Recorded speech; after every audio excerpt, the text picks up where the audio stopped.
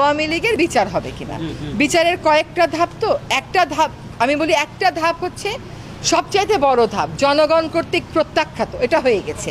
দ্বিতীয় হচ্ছে আওয়ামী লীগের সকল কর্মকাণ্ড বিচারিক প্রক্রিয়া সম্পন্ন না হওয়া পর্যন্ত স্থগিত রাখতে বলা হয়েছে, নিষিদ্ধ করা হয়েছে, সেটাও কিন্তু হয়েছে। এখন হচ্ছে বিচারিক প্রক্রিয়ায় আওয়ামী লীগের কি বিচার হবে, আওয়ামী লীগের ব্যাপারে কি সিদ্ধান্ত হবে। আমি বলছি সিদ্ধান্ত কি হবে এটা তো আমরা বলতে পারবো না, বিচার বিভাগ বলবে। আমরা আমাদের মতন করে বিচারের দাবিটা যেটা দেওয়ার, যে আইনজীবীরা আছেন তারা সেই আইনজীবী দেবেন।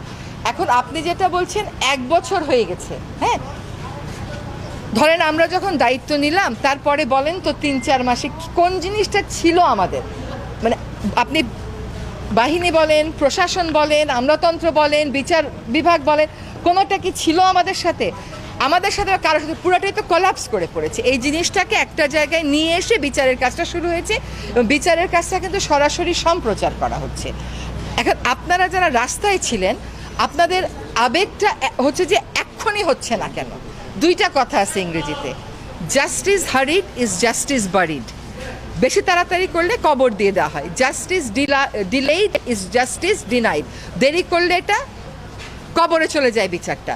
যত দ্রুততার সাথে সম্ভব নতুন করে ট্রাইব্যুনাল খুলেও কিন্তু আমরা নিশ্চিত করার চেষ্টা করতেছি যে এই বিচার যেন অতি অবশ্যই আমরা থাকাকালীন সময়ে হয়।